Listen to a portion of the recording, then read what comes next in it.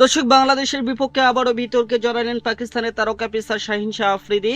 এবার মাঠের মধ্যে বলের আকৃতি নষ্ট করার চেষ্টা আম্পায়ারের নজরে পড়ে যান তিনি। অসাধু উপায়ে টাইগার ব্যাটারদের চাপে ফেলতে এমন কাণ্ড করেছেন বলে মনে করছেন অনেকেই।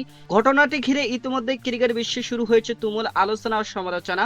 ক্রিকেটে বলের ট্যাম্পারিং বা বলের স্বাভাবিক অবস্থা পরিবর্তন করা সম্পূর্ণ নিয়ম বহির্ভূত। অতীতেও পাকিস্তানের কয়েকজন ক্রিকেটার এমন কর্মকাণ্ডের জন্য শাস্তির মুখে পড়েছেন। বিশেষ করে পাকিস্তানের সাবেক অধিনায়ক শাহিদ আফ্রিদি এক ম্যাচ চলাকালীন বলে কামড় দিয়ে ব্যাপক বিতর্ক সৃষ্টি করেছিলেন। সেই ঘটনায় আইসিসি তাকে 2 ম্যাচের নিষেধাজ্ঞাও দিয়েছিল।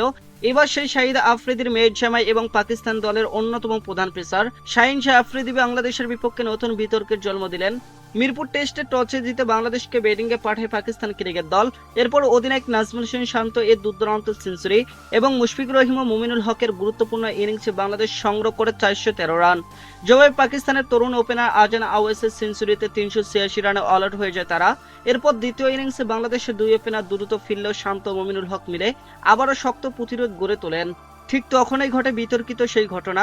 ম্যাচের 20তম ওভারে শাহিন আফ্রিদির করে একটি ফুল লেন্থ বল ডিফেন্স করেন মুমিনুল হক। বলটি বলারের পায়ের কাছে চলে গেলে শাহিন ইচ্ছাকৃতভাবে নিচের বুট দিয়ে বলের ওপর চাপ দেন। একবার নয়, বল সরে যাওয়ার পর দ্বিতীয়বারও একই কাজ করতে দেখা যায় তাকে। বিষয়টি সঙ্গে সঙ্গে নজরে আসে আম্পায়ারের।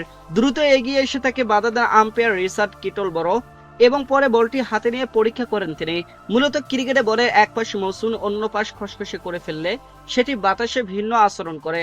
তখন বলাররা রিভার্স সুইং আদায় করতে পারেন, যে ব্যাটারদের জন্য অনেক বেশি কঠিন হয়ে দাঁড়ায়। ধারণা করা হচ্ছে সেই সুবিধা নিতেই বলের আকৃতি নষ্ট করার চেষ্টা করেছেন শাহিন শাহ আফ্রিদি। তবে মজার ব্যাপার হলো ওই ওভারে উল্টো দুটি বাউন্ডারি হজম করতে হয় এই পাকিস্তানি পেসারকে।